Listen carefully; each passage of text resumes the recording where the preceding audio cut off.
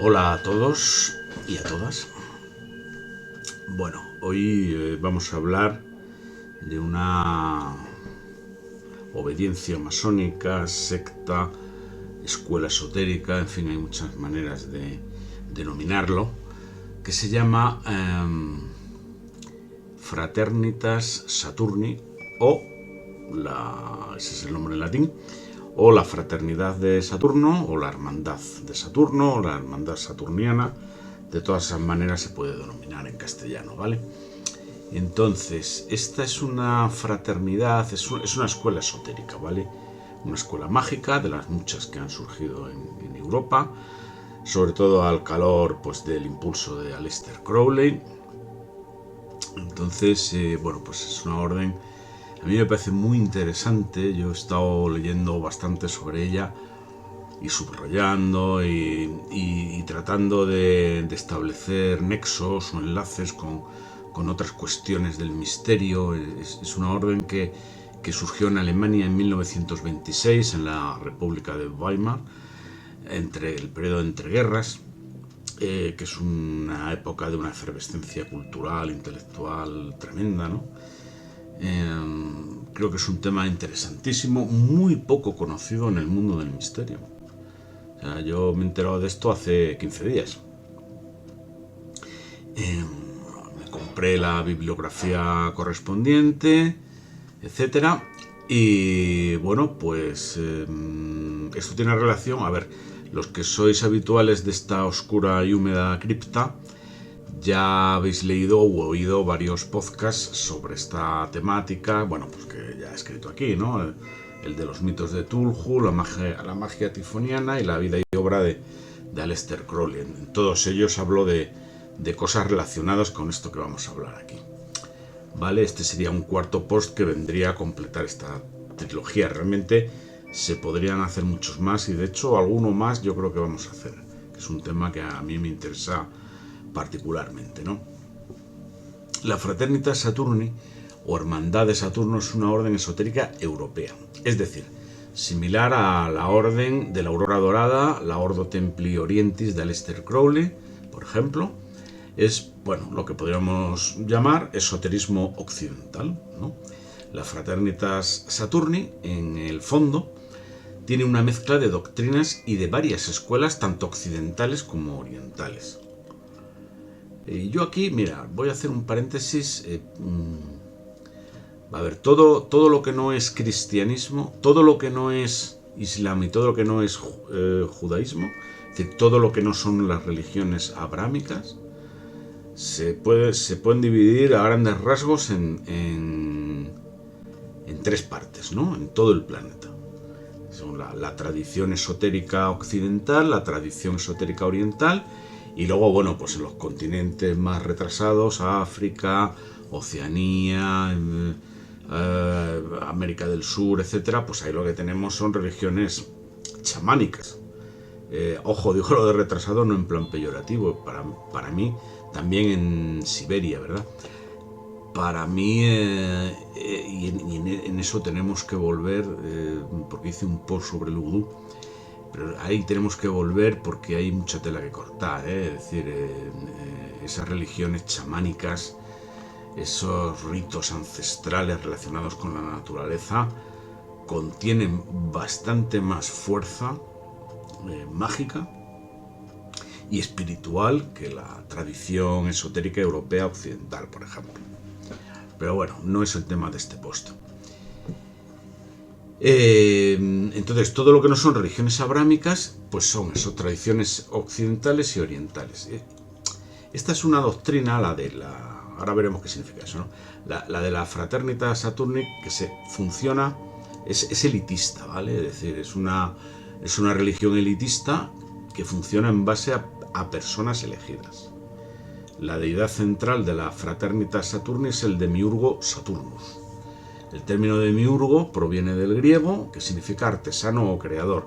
En diferentes tradiciones filosóficas y religiosas, el demiurgo es conceptualizado de diversas maneras, pero generalmente se refiere a una entidad responsable de la creación del universo material. Es decir, el demiurgo hace algo, es un hacedor, es un creador, por así decir, ¿vale? Saturnus solo se revelará a unos elegidos, como hemos dicho, ¿no? Esto es una religión elitista, que sean capaces de comprender su doctrina, ¿vale? Esto no es para cualquiera, aquí hay que estar iniciado, aquí hay que tener unos conocimientos previos, y son muchos los llamados y pocos los elegidos, ¿vale?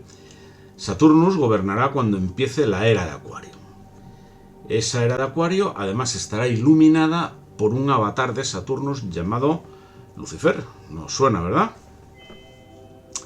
Y por el yoga saturniano de la luz oscura y por la cosmosofía y también por otro montón de cosas más que luego le daremos un repaso. El líder de la Fraternitas Saturni se llama, es un hombre alemán, pero bueno, su nombre dentro de la fraternidad, el que él mismo se dio, fue Gregor Gregorius, igual que Aleister Crowley se llamó Frater Perdurabo. Nosotros en el mundo mágico y esotérico siempre los conocemos por el nombre mágico, no por el nombre real. Bueno, pues este hombre, a la hora de fundar su fraternidad de Saturno, acepta la ley eónica de Telema. Luego aquí ya tenemos una primera conexión con la doctrina de Aleister Crowley, pero lo que hace única a Fraternitas Saturni es el uso del arquetipo de Saturnus, de un nuevo eón, basado en un proceso astrológico y en una admiración sin tapujos hacia Lucifer, ¿vale?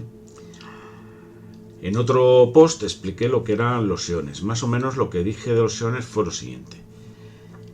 El año platónico tiene 25.700 años, ¿vale? Y es consecuencia de que el eje de la Tierra no está quieto, sino que describe un círculo, es decir, tiene un movimiento de precesión. El eje de la Tierra, el axis mundi, tarda 26.000 años en dar un giro a esa circunferencia de precesión, ¿no? O sea, es como una peonza, ¿no?, que va temblando, pues ese movimiento de temblequeo es el movimiento de precesión, ¿no? Imaginaos una peonza cuando ya pierde energía y está a punto de tumbarse, tiene un movimiento de cabeceo, un temblor, que hace que el eje de giro realmente esté dando vueltas, ¿no? Ese es el movimiento de precesión. Precesión, no precisión, precesión. Esto tiene consecuencias, por ejemplo, en el zodiaco y por consiguiente en las predicciones astrológicas, ya que ese eje, al girar y describir ese círculo, se proyecta sobre la eclíptica, sobre los 12 signos del zodiaco. Y claro, los signos cambian. Eso es lo que conocemos como el horóscopo sideral. El horóscopo que se traza habitualmente es el tropical, ¿no? Entonces el horóscopo sideral hay que calcularlo aparte, pero vamos, básicamente es que hay el signo está retrasado una unidad con respecto al tropical. O sea, si eres Cáncer en el zodíaco tropical, pues eres Géminis en el sideral. Más o menos, ¿eh? Habrá excepciones. El hecho de que el axis mundi, el eje de la Tierra, el eje de rotación de la Tierra, al eje de rotación de la Tierra lo llamamos axis mundi, ¿vale?, tenga un movimiento de precesión, tiene como consecuencia que la estrella polar no siempre es la estrella polar. Esta estrella, la estrella polar, es la más fija de las estrellas fijas. ¿Por qué? Porque es la estrella a la que más directamente apunta el eje de la Tierra, o sea, el eje de rotación, el axis mundi. Ahora mismo el sistema de estrellas apuntadoras del eje de la Tierra son las estrellas Merak y Dubhe. Esta última se considera ahora la estrella polar, pero dentro de 20.000 años puede cambiar. O dentro de 3.000, o sea, esto cambia, ¿vale? Para identificar estas dos estrellas son, digamos, las que están en la parte trasera de la constelación del carro, ¿vale? Las que hacen de maletero, de puerta de maletero del carro. Pero aún hay más. El movimiento de precesión del eje del Axis Mundi da lugar a las eras siderales. Cada vez que la proyección del eje recorre los 12 signos del zodiaco, estamos en una era. La duración de esas eras son el resultado de dividir el año platónico, 25.700 años, entre 12, los 12 signos del zodiaco, que da pues 2.000 y pico años por era. Actualmente estamos en la era de Piscis, caracterizada por el dominio del cristianismo, cuyo símbolo es un pez, precisamente. Y en poco tiempo pasaremos a la era de Acuario. Bueno, poco tiempo, a lo mejor en 100 años. Un eón equivale a una era astrológica o sideral, más o menos, siempre según la tradición ocultista occidental, que corresponde al tiempo que tarda el Sol por el punto equinoccial vernal en uno de los signos zodiacales, proceso que se conoce como precesión de los equinoccios, ¿vale? Bueno, todo este rollo de los eones era necesario contarlo, así sabéis una cosa nueva, porque será necesario para entender muy bien el punto central de la doctrina esotérica de las Fraternitas Saturni. Este proceso se refleja en muchos escritos y rituales telémicos, ¿no?, de Aleister Crowley. Por ejemplo, el título de la revista ocultista de Crowley es de Equinox, el equinoccio, ¿no? Por otra parte, los gnósticos valentinianos creían que los eones eran parejas de contrapartes a la vez que emanaciones divinas, ¿no? Es decir, esto viene de antiguo, ¿vale? Y según la gnosis tifoniana, un eón sería equivalente a una emanación de Dios. Cuando hablamos de emanaciones, los que ya sabéis algo de esoterismo, porque sois ya ocultistas en potencia, ¿verdad?, enseguida habréis pensado en la cábala, en los sefirot del árbol cabalístico, etc. Teniendo en cuenta todo esto, bueno, pues se hacen un montón de cálculos, de cábalas, nunca mejor dicho, sobre la duración de los eones, teniendo en cuenta la Biblia y la mística judía, ¿vale? A ver, no os voy a aburrir con esos cálculos, aunque su lectura es fascinante, ¿eh?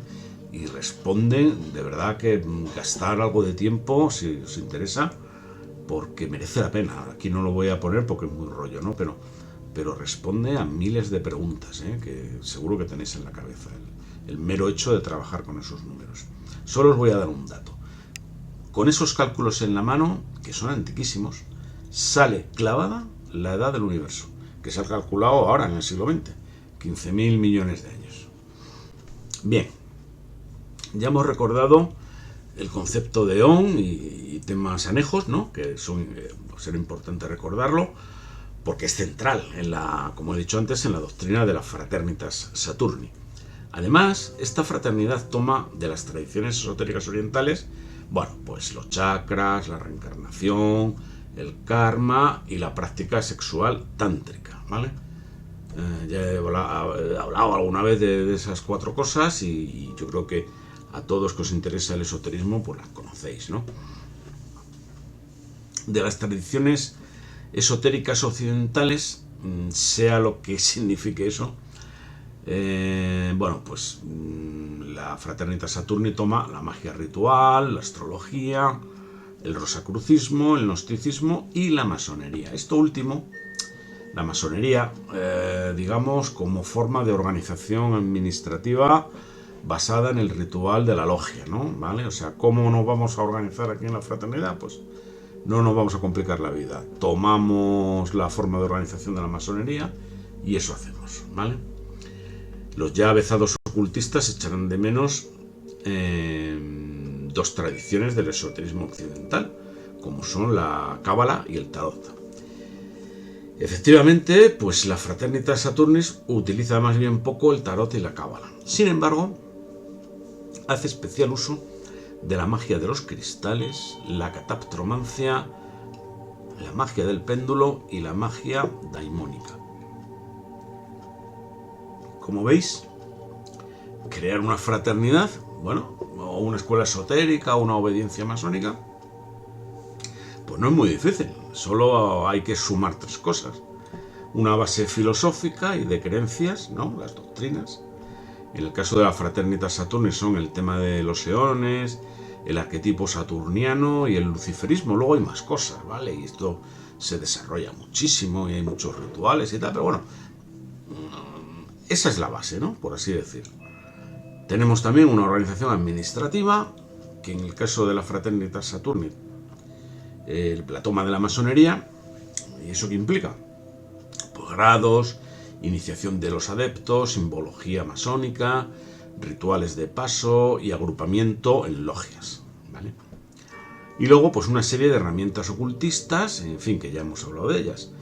Aquí pues la Fraternitas Saturni pues se fue al supermercado del esoterismo y echó al carro los chakras, la reencarnación, el karma, el sexo tántrico, la astrología, el rosacrucismo, el gnosticismo, la magia de los cristales, en fin, todo esto de que hemos hablado.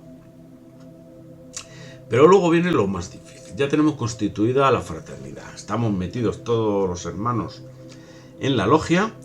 Entre todos sabemos un montón de estas herramientas ocultistas de las que nos hemos dotado. Y ahora, ¿qué hacemos? Bien, pues lo que se suele hacer en estos casos son rituales, invocaciones, trabajos mágicos, apertura de portales por donde entran seres que hacen cosas y que luego a lo mejor no vuelven a su sitio, escritura de manuales, grimorios, etcétera. Lo vamos a ir viendo. La fraternidad de Saturno cree que se generó un cosmos fruto, bueno, pues de una degeneración, un proceso degenerativo, se generó un cosmos, ¿no? De forma más o menos misteriosa. Ese cosmos tiene niveles y esos niveles se llaman eones. Y dentro de cada nivel, de cada eón, un eón es una porción de espacio-tiempo, ¿vale? Dicho de forma científica. Y dentro de esos eones surgieron unos seres llamados arcontes. Uno de esos arcontes creó nuestro mundo, en nuestro nivel, ¿vale? En nuestra sección de espacio-tiempo. Y ese arconte es Yahvé, el Dios del Antiguo Testamento. El hombre, bueno, pues sería una entidad mixta, formada por luz y oscuridad, y solo puede ser redimido por el conocimiento o gnosis, ¿vale?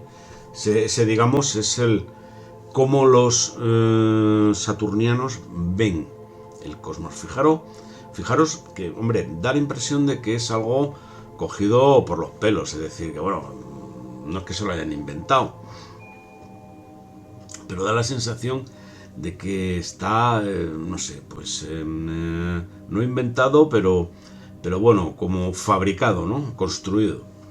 Pero no es ninguna tontería, porque el hecho de que el cosmos surja y se divida en eones, en secciones de espacio-tiempo, pues claro, podríamos pensar, el espacio-tiempo lo es todo, ¿no? Todo el universo es todo el espacio-tiempo.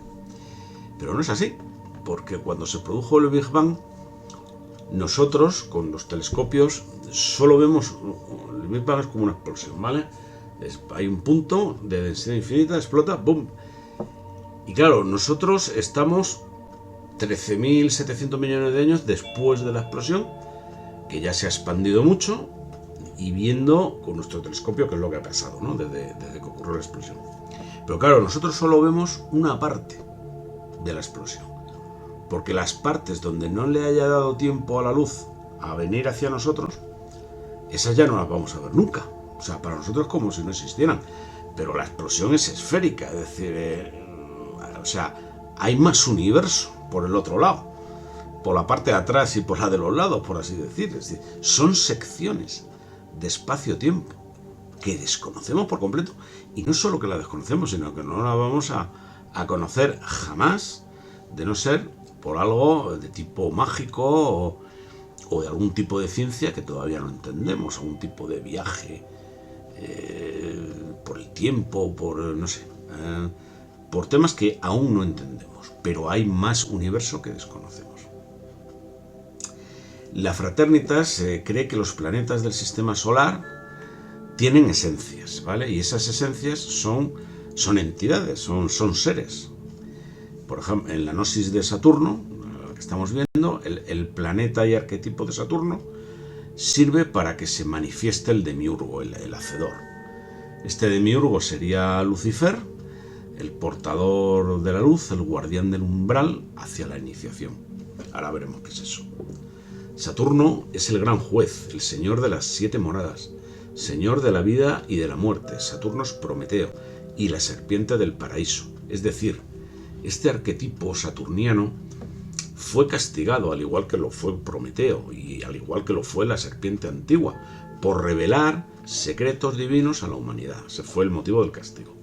El número del demiurgo Lucifer es un número de hombre y esta cifra es el 666.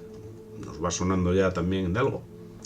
En la doctrina de la Fraternitas Saturni, Satanás y Lucifer son entidades diferentes. Ojo, los exorcistas católicos también nos dicen que Satanás y Lucifer son seres diferentes, son demonios distintos. Yo de toda la vida, desde pequeño, creí que eran la misma cosa. Pero bueno, de esto me he enterado ya hace años, ¿no? Pero durante un montón de ellos he estado pensando que eran la misma cosa. Lucifer está una octava por encima de Saturnus y Satanás está una octava por debajo de Saturnus. Entendemos la palabra octava pues como energía vibracional, ¿vale? Lo que sería una octava en música. Además de Lucifer y Satanás, recordemos entidades independientes, existe un egregor de la logia de la Fraternitas Saturnus llamado Gotos. Bueno, el egregor pues es una especie de espíritu de la logia, un daemonium de la fraternidad. Por ejemplo, Baphomet, que es un demonio, sería el egregor de los templarios. De hecho, a los templarios se les exterminó porque la Iglesia Católica y el rey de Francia les acusó de tener un egregor que era Baphomet. Pues todo esto para hacernos una idea de lo que significa egregor, ¿no? Este egregor, pues es eso. Aquí en la Fraternitas Saturni, el egregor es una especie de batería que puede cargarse con la energía psíquica de la logia, ¿vale? La hermandad saturniana admite tanto a hombres como a mujeres en la fraternidad. Es una logia secreta, iluminada, justa, ritualista, que persigue la perfección espiritual de sus iniciados. Como orden telémica, la Fraternitas Saturni se ocupa de activar la ley de Telema en este planeta.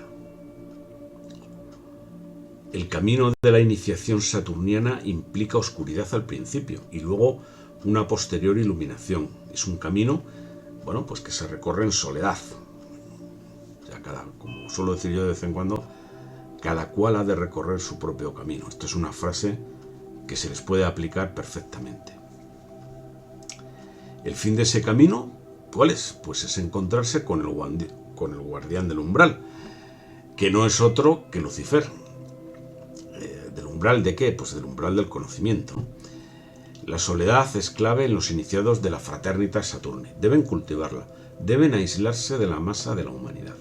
Así se liberan de malas influencias. Esto al final se manifiesta como una filosofía elitista, como lo que os conté antes, una religión elitista. Hay que estar años meditando y contemplando, adquirir hábitos de seriedad, concentración y pensamiento crítico, intuición y conocimiento. Con el tiempo, el iniciado será capaz de comandar a los demonios de las regiones inferiores y a los ángeles de las esferas mentales. En términos cabalísticos, esto se conoce como el reino clifótico. Esto ya lo traté en uno de los 3 posts previos que os comenté antes, ¿vale? El reino clifótico es el reverso oscuro de los sefirot del árbol cabalístico, por resumirlo muy rápido. El mago, el adepto, el iniciado, se repolariza. Si es racionalista, debe descubrir su alma. Si es romántico, debe expresar características racionales, y así sucesivamente. En términos alquímicos, sería un proceso de coagulación del plomo con el oro solar, y en términos astrológicos, el león en reposo es conducido a la cabra saturniana. Llegado el momento, el hermano iniciado puede mirar sin miedo al guardián del umbral y se le abrirán las puertas para que se adentre en las esferas de conocimiento transaturnianas. Bueno, hasta ahí lo que es el proceso, lo que se pretende conseguir del iniciado en la fraternidad. El eón de la era de Acuario. En la tradición gnóstica, un eón es algo complejo, como hemos visto antes. No es simplemente lo que expliqué más arriba. Es un fenómeno del espacio-tiempo. Esto coincidiría con mi explicación anterior, ¿no? Pero además tienen un arconte que los gobierna y unos ángeles que actúan de mensajeros. Actualmente estamos en la era de Piscis y cuando se produzca el cambio correspondiente en la precesión de los equinoccios, pasaremos a la era de Acuario. Este cambio será gradual y el arconte de la era de Acuario será Lucifer. En la práctica gnóstica, los iniciados deben pasar a través de esos eones para evolucionar. Pero Aleister Crowley, como todos sabemos, recibió la comunicación interior, ¿verdad?, de un ente espiritual llamado Aiwass, mientras que se encontraba en el Cairo. Este Aiwass le dictó un libro a Crowley que no es otro que el libro de la ley, The Book of Law, cuyo título original en latín era Liber al Vel Legis, o como se pronuncia en latín. Este texto es fundamental para la filosofía y la práctica del telema, el sistema espiritual y filosófico desarrollado por Crowley. De hecho, este libro se lo dictó en 3 días. El libro, que es un libro, tiene, no sé, tendrá 200 páginas.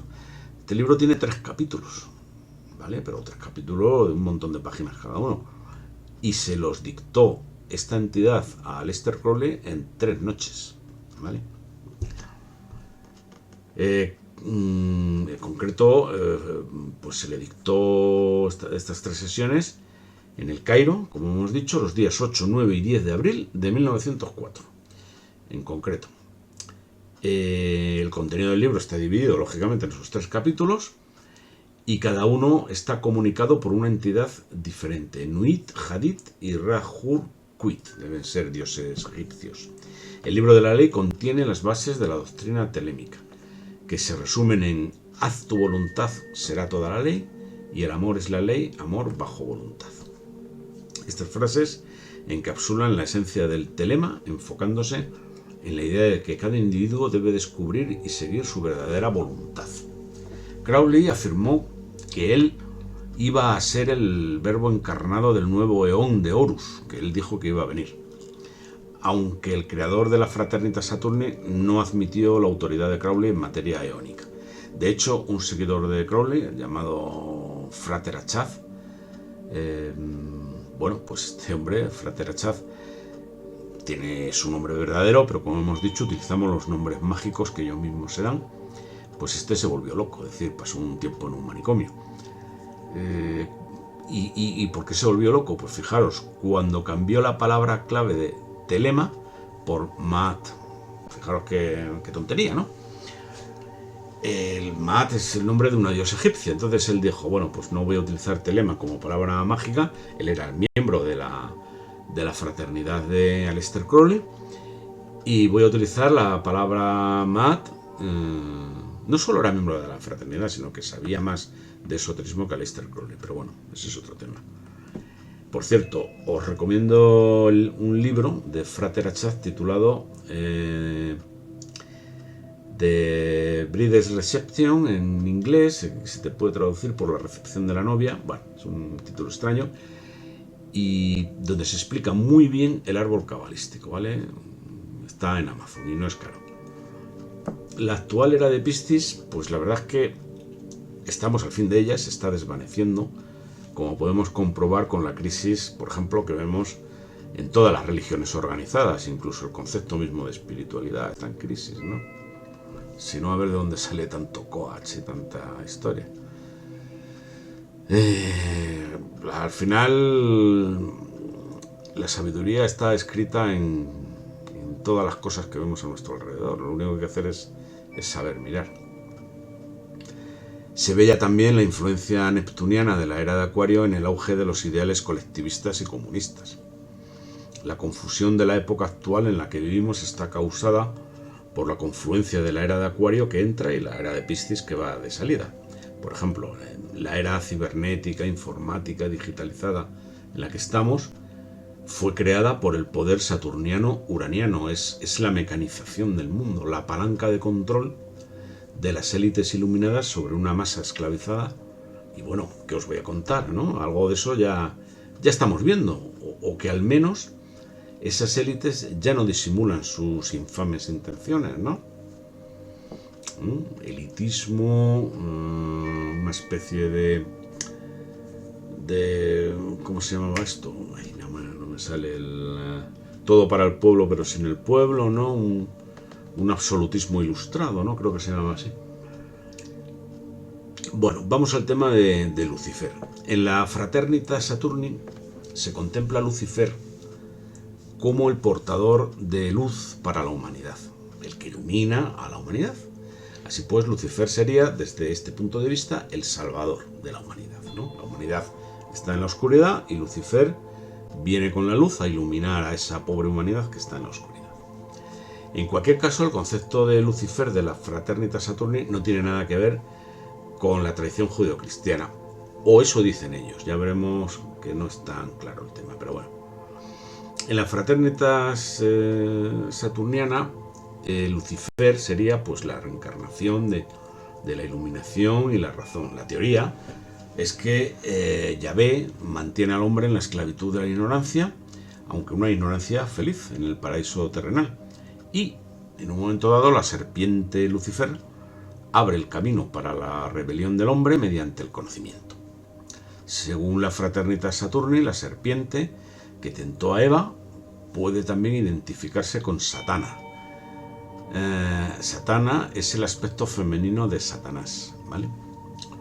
Y también encontramos un paralelismo entre Satana y la energía Kundalini de la tradición tántrica de la India. El origen de la muerte para la humanidad se hallaría, según esta cosmovisión luciferina de la Fraternitas Saturni, en la fornicación de Lucifer con Eva.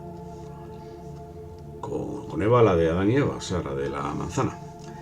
Con la procreación viene la muerte, pero sin muerte no hay evolución. Una doctrina un poco rara, ¿no? Pero bueno, yo lo cuento. Al final el hombre ha de seguir el camino de Saturno, hundiéndose en la materia y renaciendo una y mil veces. Quizá aquí vemos ya donde aparece la reencarnación, ¿verdad? El camino de Saturno no es otro que el hombre, que al final el hombre se convierta en su propio Dios. Bueno, esto es lo que siempre es la tentación última del demonio. Se suele decir que es esa, ¿no? Que el hombre se convierta en su propio Dios. Lucifer se identifica con la octava superior de Saturno, o sea, sería Urano, el planeta de la rebelión. La Tierra es el principal campo de disputa entre el logos solar y el principio luciferino. La esfera saturnina aporta al iniciado iluminación, control e independencia. Fijaros qué tres palabras, ¿no? Los verdaderos anhelos del ser humano, en el fondo, ¿no? ¿Qué queremos? Pues saber por dónde nos sopla el viento, tener control sobre nuestra vida en todos los aspectos y ser independientes. Que nadie nos toque las narices, ¿verdad? Bueno, pues eso en teoría es lo que promete Lucifer. Por lo tanto, el iniciado huirá del logo solar que lo abrasaría y abrazará el teonium de Saturno. En la octava inferior saturniana, Saturno está conectado con la fuerza satánica, fuerza de rebelión, de adversidad y de muerte. Por lo tanto, el hermano saturniano debe permanecer en la octava superior, o sea, donde Lucifer, para ser consciente, iluminado e independiente, como hemos dicho antes, y no un mero instrumento del demiurgo. Fijaros que en todo este rollo que os estoy contando, no es un rollo, hay aspectos que quizá no sean tan eso. ¿Qué es eso de la octava inferior y octava superior? Pues si os acordáis de cómo las psicofonías, de cómo salen las psicofonías de entidades benévolas, salen cuando usamos luz ultravioleta. Y las psicofonías de entidades malignas u oscuras salen cuando usamos luz infrarroja. Bien, pues ahí lo tenéis, frecuencias altas, octava superior, Lucifer, luz ultravioleta. Frecuencias bajas, octava inferior, luz infrarroja, Satanás o Satana. Hay pues una parte de verdad que podemos verlo en la práctica de la transcomunicación instrumental. Existe, aparte de todo esto que estamos viendo, bueno, pues una historia de la Fraternitas Saturni, ¿vale? O sea, hemos visto la doctrina, qué deben hacer los iniciados, la filosofía, etcétera. Y bueno, no os voy a aburrir, arranca en el siglo XIX, llega hasta 1969, no voy a aburriros porque es una mezcolanza de idas y venidas, de grupos esotéricos muy variopintos en Europa. Hubo una persecución, claro, pues imaginaros, esto salió en la República de Weimar, pues cuando llegó un señor con, con un cierto bigote cuadrado, cuando empezó el régimen nazi, pues esto se fue a tomar por saco, es decir, hubo persecución y esto pues empezaron a renacer otra vez, pero ya a partir de 1950, ¿no? En la actualidad hay varios grupos de la Fraternitas Saturni y los rituales han cambiado, pero quedaros con una cosa, con una idea de tipo cultural que vais a comprender inmediatamente. La Fraternitas Saturni nació en la República de Weimar, en Alemania, en el periodo de entreguerras, más concretamente en Berlín, o en Berlín se desarrolló, vamos, que era un caleidoscopio de todas las corrientes filosóficas, esotéricas, cinematográficas, intelectuales y culturales de todo tipo, pero con una peculiaridad: todas ellas están llevadas a su máxima exageración y radicalismo. En esa efervescencia cultural, por ejemplo, por poner un caso, nacieron películas como Nosferatu, que incluso hoy producen pavor, ¿no? El propio conde Orlok, el personaje que hacía de Nosferatu, tenía fama de que era un vampiro real. Pero bueno, todos conoceréis la historia, ¿no? Era un periodo cultural donde se creía en multitud de cosas, donde había una verdadera fe en la astrología, por ejemplo. Y claro, todo eso se fue al infierno con la llegada del régimen nazi, que prohibió todas esas órdenes y movimientos esotéricos, incluso las que eran nazis.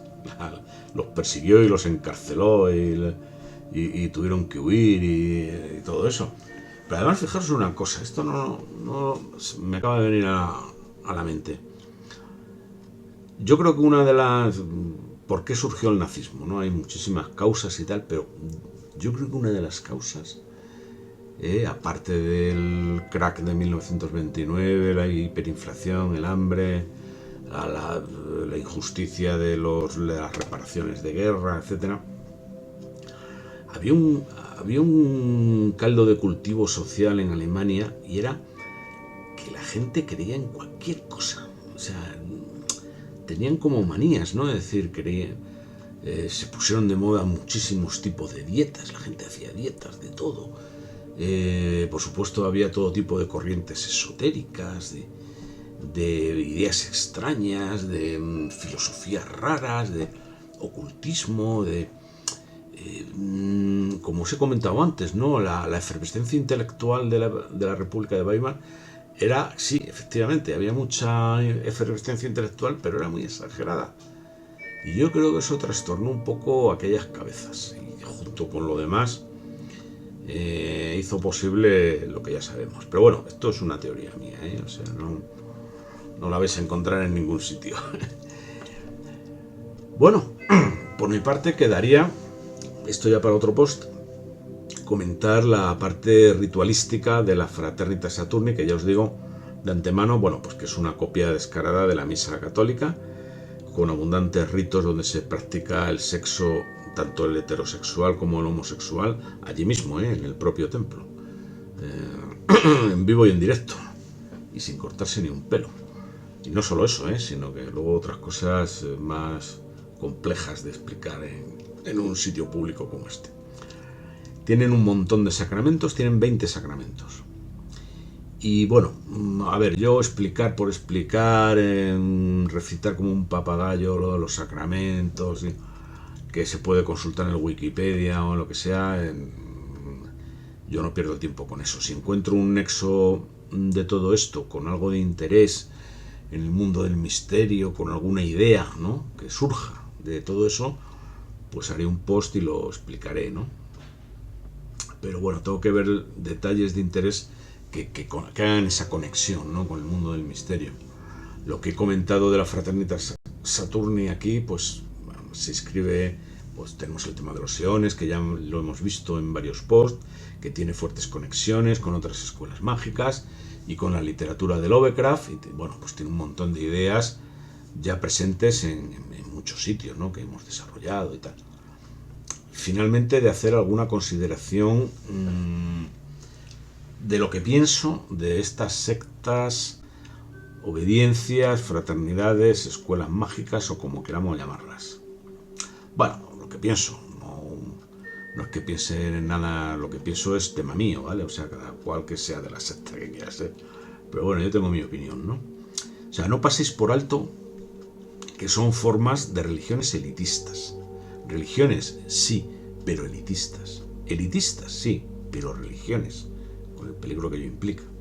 Estas religiones, que en el fondo es lo que son religiones, son practicadas por una élite de iniciados. Es uno de los principios fundamentales de la Fraternitas Saturni, hablando en plata, que no se ha hecho la miel para la boca del asno, que los principios luciferinos de la Fraternitas Saturni solo serán entendidos por aquellos pocos elegidos llamados a introducirse a fondo en la secta. Utilizan, a mi modo de ver, un truco barato para dar por buena una mentira. Como básicamente lo que hacen es adorar e invocar demonios, ¿vale? Y eso todo el mundo sabe que es malo, o debería saberlo, vamos, no, que cada uno puede hacerlo antes, que cada uno invoque lo que quiera, pero en fin, ya me entendéis. Usan la técnica del poli bueno y el poli malo. Satán es el poli malo, la octava inferior de Saturnus, y Lucifer es el poli bueno, el que nos da la sabiduría. Bueno, pues lamento aguar la fiesta. En el satanismo no hay polis buenos, todos son malos. Lucifer, suponiendo que fuera el que poseyó a la serpiente para tentar a Eva, que bueno, en la Biblia se habla de Satanás, no de Lucifer, pero bueno, vamos a suponer que fuera Lucifer. Lucifer no transmitió conocimiento alguno a la humanidad, pero ninguno. O sea, de hecho, llevamos miles de años desconociéndolo absolutamente todo y así nos ha ido, ¿eh?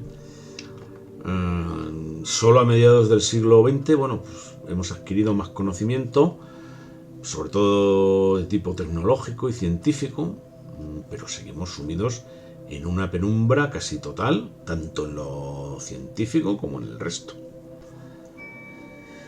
En cambio, el que Eva mordiera la manzana, bueno, pues arrojó al hombre del paraíso, trajo la enfermedad, el trabajo, la muerte, a cambio de nada, realmente, ¿no? En fin, esto para los que se declaran cristianos, lógicamente.